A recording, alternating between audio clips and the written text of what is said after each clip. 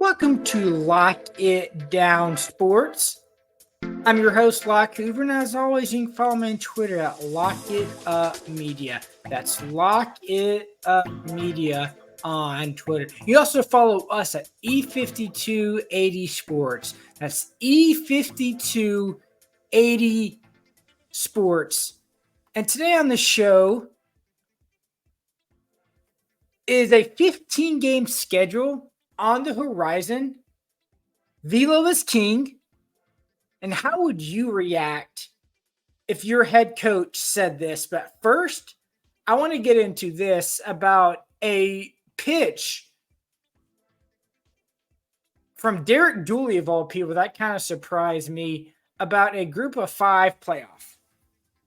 And when I first read that, I was like, huh, this is interesting. This proposal is interesting in itself. Of what's it look like? What would it be? What's the layout? I think obviously the biggest draw for this proposal is money for the Power 4 conferences, the non-Power 4 conferences. Now, the group of 5 conferences would all have to approve of this agreement. So this obviously makes sense. You know, you get all the ADs, the presidents, the commissioners, they all have to agree on this playoff. So another wrinkle in this would be, so the 62 teams would realign into 8 team divisions based on geography to help them with travel. And that would really be the extent geography to help them with travel. The winner of the group of 5 playoff would then be the team that gets them into the 12-team college football playoff. Now, that all sounds well and good, but remember now, regardless if this playoff happens, a group of 5 team is going to get in the playoff regardless. And that's going to be the highest ranked team in the playoff rankings and in the rankings. Now, with that being said, why would a team want to risk playing another game in order for them to go to the playoffs? If they're the number 1 ranked team, why do they want to be willingly risk playing X team to 1, 2, 3 games, depending on how this potential setup might be? Why would they want to risk that? I don't see that as a good risk for them to do this in order to potentially get upset. I mean, look at 2021 is a perfect example of this in Cincinnati. They did everything right that they were supposed to do, and they got their break, how things fell, and they made it in the college football playoff. Obviously, at the time, Cincinnati was in the AAC, American Athletic Conference. Of course, they're now in the Big 12, so it's big of a mute point. But at the time, you know, is a group of 5 team ever going to make it in? Is there a chance? Things have to fall right. If things fell right that year, they got in. So what if there was this tournament and they lose to, say, a Colorado State, a Boise, an App State, you know, one of those schools that are usually always very, very dominant, very good in the group of 5 schools. Then you would have missed your best chance for a group of 5 team to actually win a game in the college football playoff. Yes, I know the big win is obviously, you know, to get in the college football playoff in Cincinnati. Same thing with this potential playoff. Yes, you want to win. That's their ultimate goal. But their big win is to get in the playoff. Don't you want your best team in the playoff?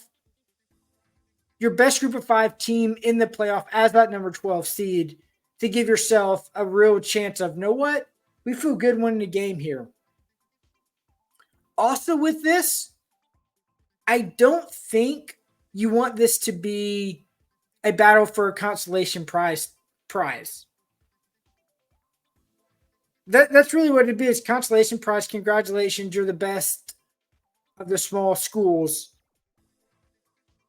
Ultimately, that could hurt your chance of winning the big prize of a college football playoff game, whether that's losing your best team, or what if the quarterback gets hurt? What if your top running back, your top receiver, some of your top playmakers get hurt in that game? Yeah, it might happen. Of course, injuries are always bound to happen. But wouldn't you want that to happen in the big dance, the big game, as opposed to the game that can get you the game when there's no reason to it? Now, I mean, obviously, we all know what this is ultimately going to come down to, and it's money. But 'tis the question: is it worth it for TV contracts, for the CBS, the ABC, the ESPN, whoever it might be that could potentially bid on this tournament? And it's okay, when would you play it? And here's some of the TV ratings for conference championship week last year. Let's go by last year. The Sun Belt between App State and Troy got 372,000 viewers. The Mountain West between Boise and UNLV, 1.26 million. The MAC, which is Miami, Ohio versus Toledo, 1.29 million. And the AAC, which was SMU versus Tulane, got 1.88 million. And you want to come back to me and say, well, Locke, whoa. Some of those teams had start times or continued to play while the big conference tournaments played. Conference championship games played. And I go, now my main response is yes, that's correct. And that's why I wanted to include those numbers. And you have to take these numbers for what they are, because that's a lot of your viewership. Yes, you're going to get all your school alumni fan base to watch that school regardless, obviously. But your Georgia, Alabama, your Tennessee, LSU, SEC championship games, your Texas, Oklahoma SEC championship game, your Ohio State, Iowa game, your ACC games, your Clemson, North Carolina, Florida State, North Carolina. Those are the eyeballs you're fighting for to try to get you to watch those games when they're not playing. Do you get those? I don't know if you do. I don't think you get those games, because those are your highest rated games, supposed to be your best teams, your conference, your two best teams in your conference, to try to get those. And it's, know what? Okay, we made it through for sports fans as well. We made it through the SEC, the ACC, the Big 10, the Big 12 championship games. I've got a Saturday off where I can go get some things done. That house project that I really needed to get done. That painting I had to do in the living room or the dining room or the basement. That yard work that I've been putting off because I wanted to watch college football. That's what you're fighting if you're these schools and these teams. Very tough, I think it's going to try to get them to pull. So I don't see this working for both those reasons. The school agreement of the best team and the TV contracts that agree to it. Now, obviously, It's all going to come down to money for all parties involved. As a financial almighty dollar is there for a TV contract and for these conferences, these G5 conferences involved. So I don't think it's a fit, but it's going to come down to money, money, money. And that's what we're talking about here next as well, in the grand scheme of things. As Roger Goodell on the Pat McAfee interview, I think last week, maybe it was a week and a half ago now. A lot of stuff in that interview, but one thing I do want to tackle and talk about is the 18-game schedule he brought up, and he wants to go there. And I think it's going to happen and eventually be an 18-game schedule. I mean, it's pretty simple. More money, more eyeballs to extend the calendar. Once you eliminate preseason games, to only have 2 preseason games. I mean, I think that's great for the fans because it's more real football. And just because there's more games, I think fans are going to continue to tune in. It's not going to be like, whatever, I'll miss week 7 because I got those 2 additional games I know I'm getting I used to not get. I'm not going to tune in to week 9. We're only halfway through. We've got a few more. We've got 9 more games. I don't think that's the case. It's going to be plan it would be to try to have two bye weeks as well. Now, one thing with this, I don't think coaches want this because it gives them less time to evaluate their players and roster. And you've heard heard former players say that, especially those 5th, 6th, 7th round undrafted guys battling for special teams play to be a player, to make the roster, to make the bottom of the roster. Gives coaches less time to evaluate that. Now, maybe a solution for the evaluation point in time would be more team joint practices where you get to see them in scrimmages going up against other teams. You know, maybe teams that aren't playing that year, say maybe it's the Falcons Browns that aren't playing that year, joint practice. Rams Eagles if they're not playing that year. You know, things like that could be a possible solution where it allows teams to and coaches and front offices get a better gauge of what you might look like. I mean, honestly, I think the most players would be fine with it. Why? Because in turn, they're going to get more money. They're going to get higher contracts because they're going to be playing more games. Another thing with this preseason, half the teams don't even play their starters at all anymore. They don't even play them. Maybe a series or 2. You play 2 series, maybe, and that's it. A series in the first preseason game, a series in the second preseason game. That's it. That's a wrap. That's it. I think another thing with this goal that Roger Goodell wants to do is this is going to continue to extend the NFL calendar, push it farther and farther and farther and farther along, which means we're going to be talking about it more than we might already have. Other people, your fans, your casual fans, whoever, are going to continue to talk about the NFL, which is all they want and they need. Now, this would also push the Super Bowl a week later. So it would fall on President's Day, that Sunday, and then Monday, some people get President's Day off. So you would get that Monday off for those that would. So there's that as well.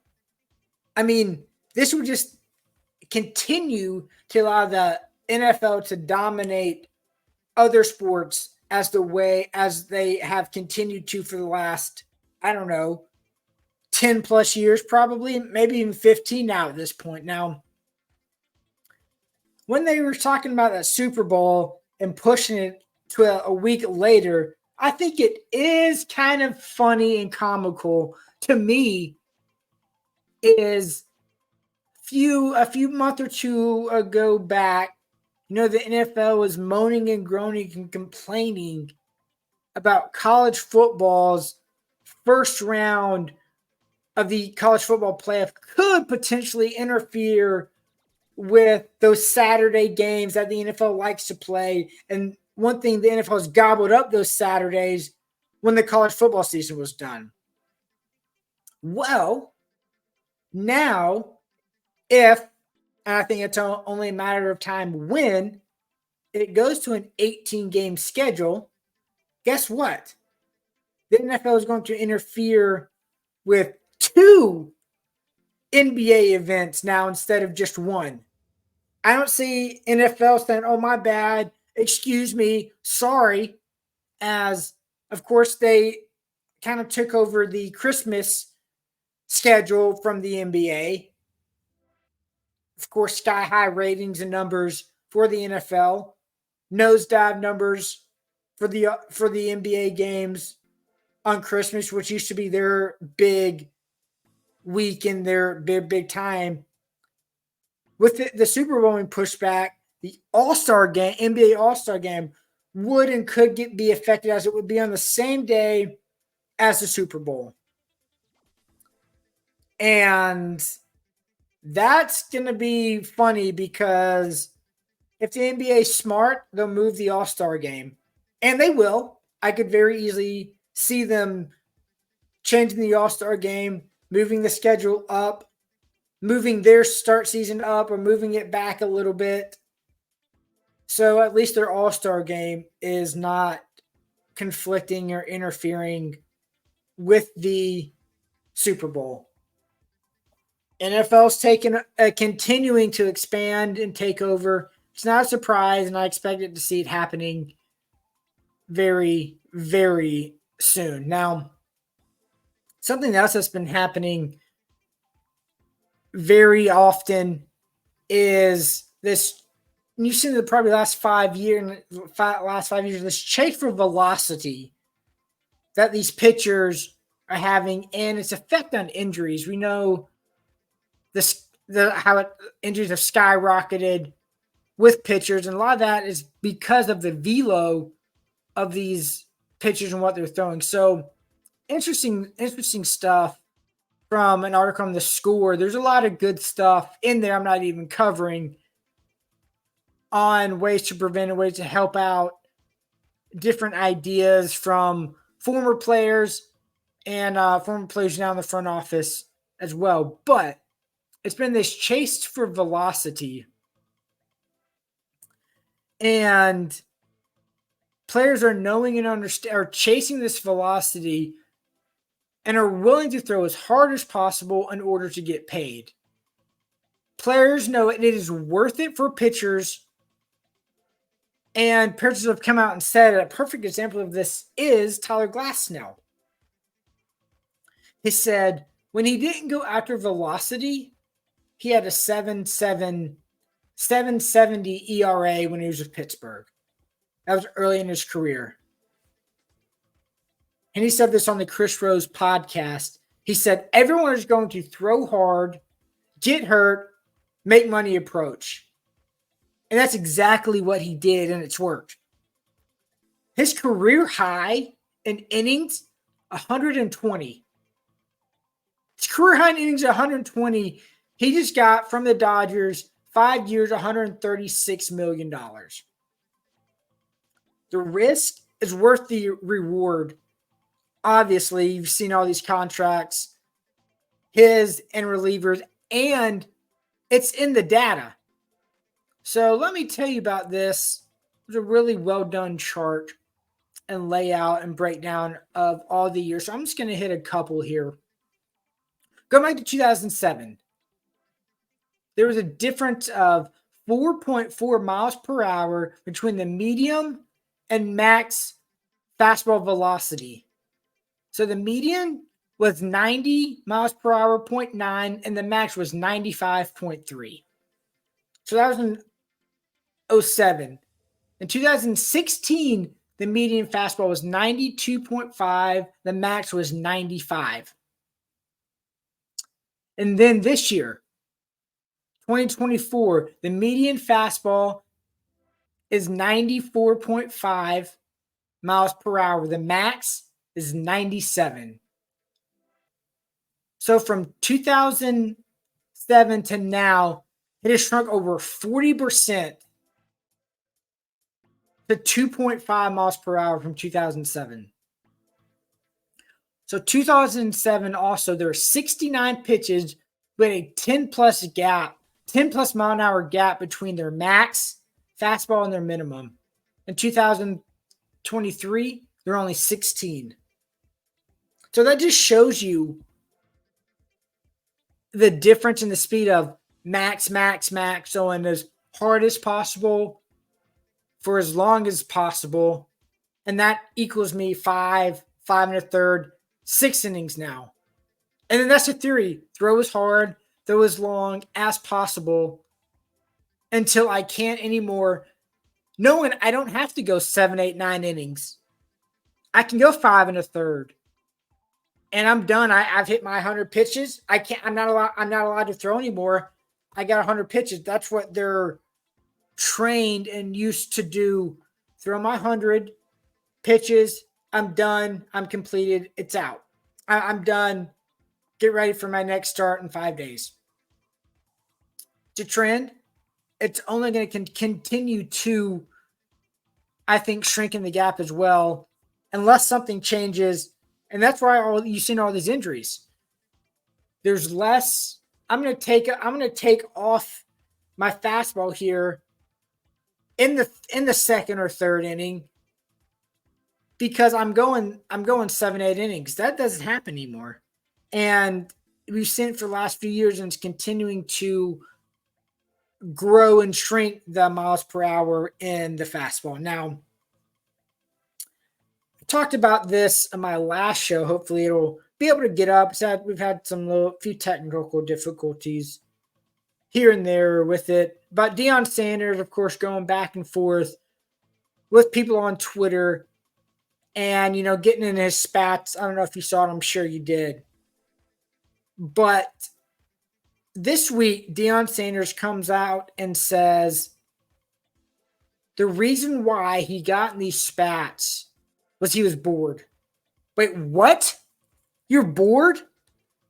And when I saw this, I go, this is the most Deion Sanders answer if there isn't one. And it's a bad answer and a bad look. Yes, the whole spat itself is bad. But then this is your answer, your response to it of, yeah, I was bored. When I read that, the first thing that thought in my head is, did you and will you ever hear Nick Saban, Kirby Smart, Harbaugh, all these coaches come out and say, yeah, I was bored. I didn't have anything else to do. I was bored. No. It's always, man, I wish I had more time. I wish I had 36 hours in this 24-hour day. There's always something to do as a head coach. You're always recruiting, always watching film, play design, building relationships with that sophomore in high school. They're not bored. How are they not bored? But Deion Sanders was. I mean, if I was a fan of Colorado, I'd be pissed off hear my head coach say something like this. Oh, I was bored. I didn't have anything to do. I was bored. I mean, we were 4-8 last year. We were 1-8. We won one game last year. So look, I improved us from 1-11 to 4-8. Give myself a pat on the back, right? Right? At the very least, if your goal is to get your kid to be a top 5, the number 1 overall pick, wouldn't you at the very least be looking at his film to help him get better, to help him improve. And oh yeah, to maybe get your team to a bowl game. But nah, you are bored. Like, mind blown outside of all the spatting stuff that I covered in my show last week. You're bored. You're a college football coach. Never in a million years has any college football coach ever said, oh, I'm bored. I got nothing to do. I wish I had more time is always the answer you're going to hear in every college football coach. It blows my mind. I'm speechless, and I don't know what to say other than, as always, you can follow me on Twitter at Lock It Up Media. That's Lock It Up Media on Twitter. You can follow us at E5280 Sports on our website. And as always, you can tune into Lock It Down Sports next week, as I'll be talking to you next week. I look forward to it.